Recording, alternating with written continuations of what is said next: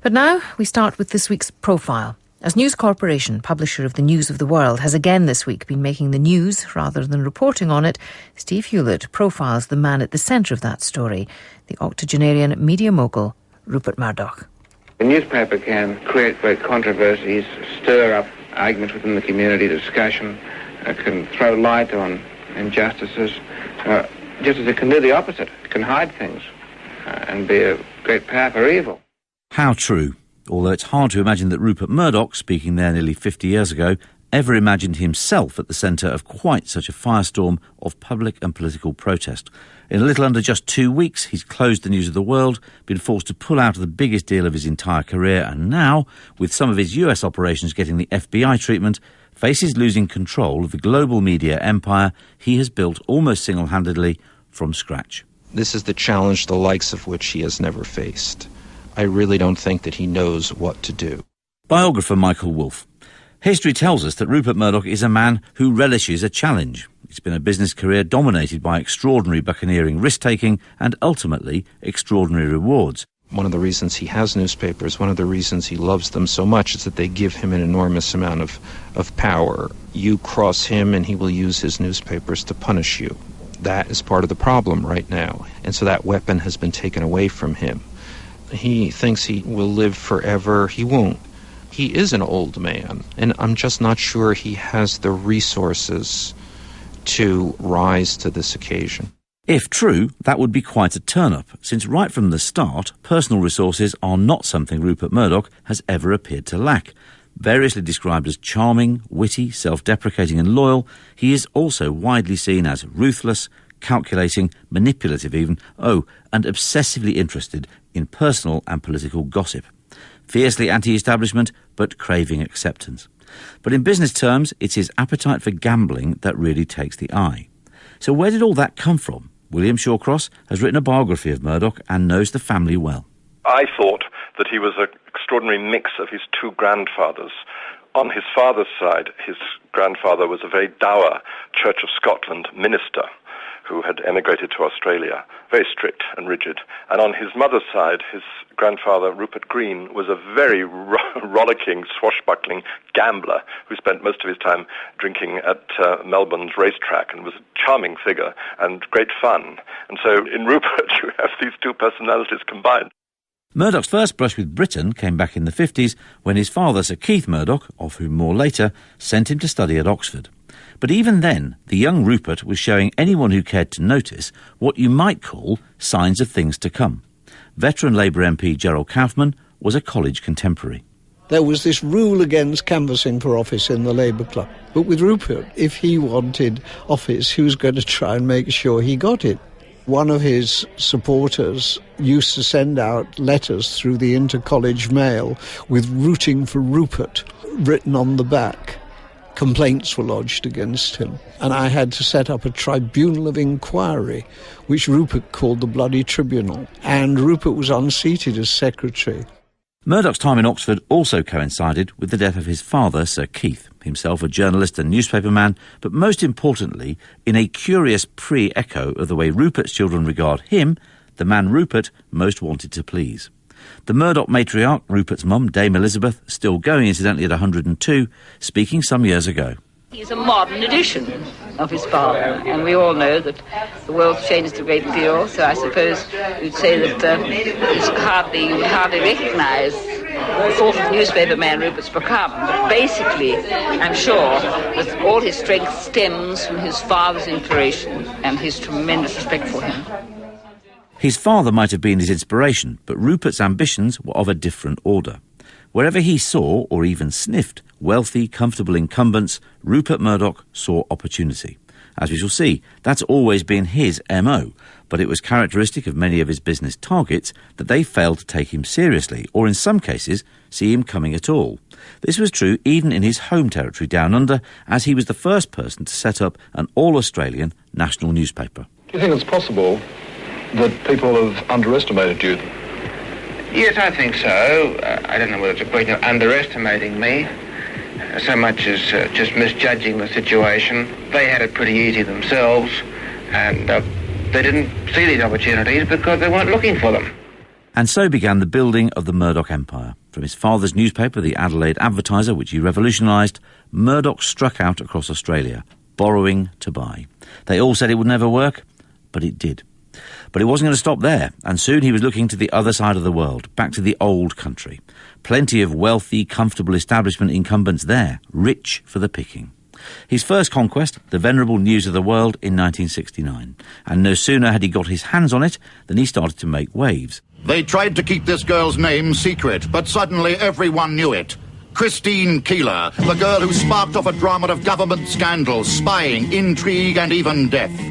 Murdoch positioned the paper as a champion of the ordinary people, rubbing salt into the establishment's wounds, reheating a story which had it all. I was young and naive then, but now I've had time to think. This is the kiss and tell was to prove a staple of tabloid fare, and not just Murdoch's. But for all that she's always supported her son as a worthy heir to his esteemed father, Sir Keith, Dame Elizabeth always had reservations about this aspect of Rupert's business. Australian writer David Laser actually discussed it with her.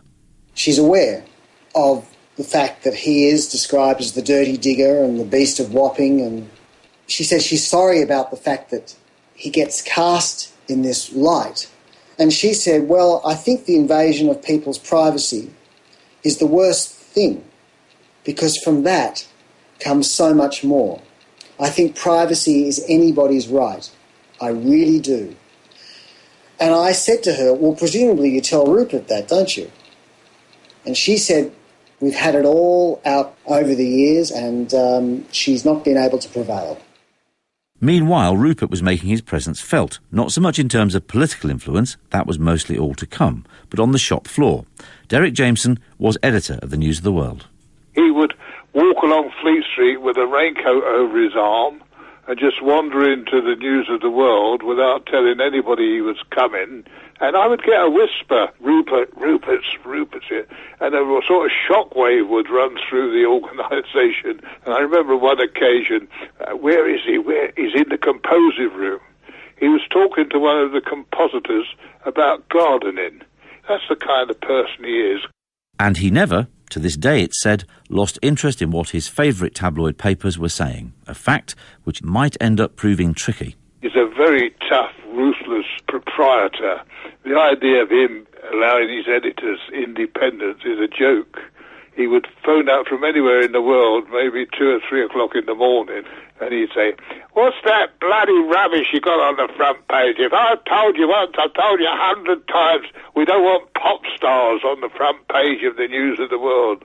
Having upset the apple cart amongst Britain's tabloid press-owning establishment, turning the Sun into a soar-away success, replete with page 3 lovelies in the process, Murdoch turned his attention to the other end of the market, buying the Times and Sunday Times in 1981. Paradoxically, given what was about to happen, Murdoch had initially enjoyed good relations with the all-powerful print unions, but it wasn't to last. In 1986, with a typically audacious move out of Fleet Street to a brand new non-union plant in East London, and the help and support of his political heroine Mrs Thatcher, the Battle of Wapping began.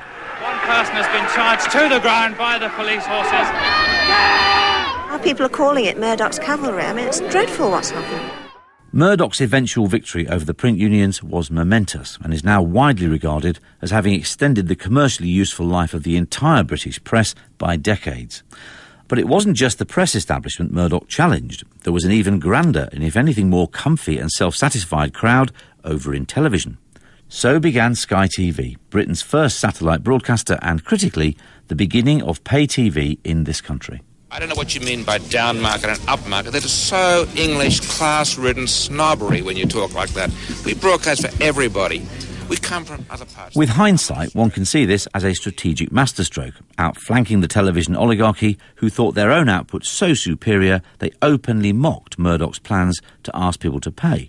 How wrong they were. Investments into sports rights, movies and digital technology have turned Sky into a financial powerhouse, with revenues outstripping the whole of ITV, Channel 4 and the BBC put together. When it started back in 1989, however, it was a very big risk indeed. Media writer Maggie Brown was there. At 6 o'clock, Rupert Murdoch pressed a button and he launched Sky Television. It was as simple as that. Welcome to Sky Television. I stood next to him. I said, Rupert, is it going to work? And he looked at me sideways, he smiled, a little sort of half smile, and he shrugged and he said, "It's a wing and a prayer." This is a television revolution. Similarly, over in the States, yes, Murdoch was already outgrowing the old country, more wealthy, comfortable elites sat waiting for the taking. Once again, they underestimated him, as it turns out, at their peril. The very idea of creating a new national network, Fox Television, was regarded by the existing incumbents naturally as bordering on insanity. But in the end, and this is beginning to sound like a rather familiar story, they were wrong and he was right. The risks paid off, and now Fox Network is firmly established as part of the American television establishment Rupert set out to overthrow. As you may know, Fox News has hired Governor Sarah Palin to do news analysis. That has thrown the left-wing media into a conniption. Taken together with Fox Studios, think Titanic, Avatar, need I say more, the Wall Street Journal, and TV and press interests that span the world, News Corporation is a massively profitable, truly global media corporation. But truth be told, it's still in many ways a family business, built around the personality and reputation, he's never defaulted on a loan in his entire career, of one man, Rupert Murdoch. And, as with all family businesses, the question that eventually arises is the dreaded one of succession. Unsurprisingly, perhaps, it's been brewing amongst the Murdoch clan for some time and has already generated some significant family tension, not least between Rupert and his now ex-wife and mother of Lachlan, Elizabeth and James, Anna. As writer, David Laser explains. Anna Murdoch became very concerned in the latter years of the marriage about the dynastic expectations her then husband was foisting on their children. And she feared for the whole succession once Rupert was no longer able to run the News Corporation. She was deeply concerned about how it might pit the children against each other, and she was deeply concerned about the fact that each of their children was determined to prove themselves in their father's eye, and this was a very, very tall order. Rupert and Anna split in 1999, and he has since married a much younger Chinese woman, Wendy Deng, with whom he has 2 children, which only makes the family and succession issues spicier still. And those questions have been thrown into even sharper relief in the wake of the current crisis, and more specifically, how the company has responded to it. James Murdoch was the heir apparent to his father, but his capacity to take on the top job is now being widely questioned, not least by the very investors that would have followed his father to the ends of the earth. Biographer William Shawcross. News Corp is the story of Rupert's life, his life and his obsessions, and it doesn't seem to me that it is a company that will or could survive his death. It will be broken up into its constituent parts, and that probably would make sense, because his energy, his personality have created this company. And maybe they will all say, well, this has been wonderful while Dad was alive, now we should all go on and do our own things.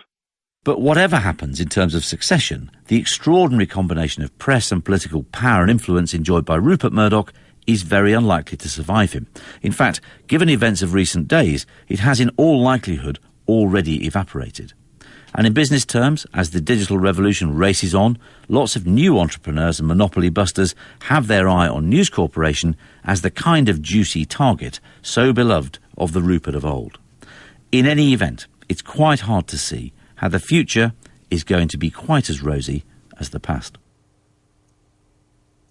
Profile this week was presented by Steve Hewlett and produced in Manchester by Nicola Dowling.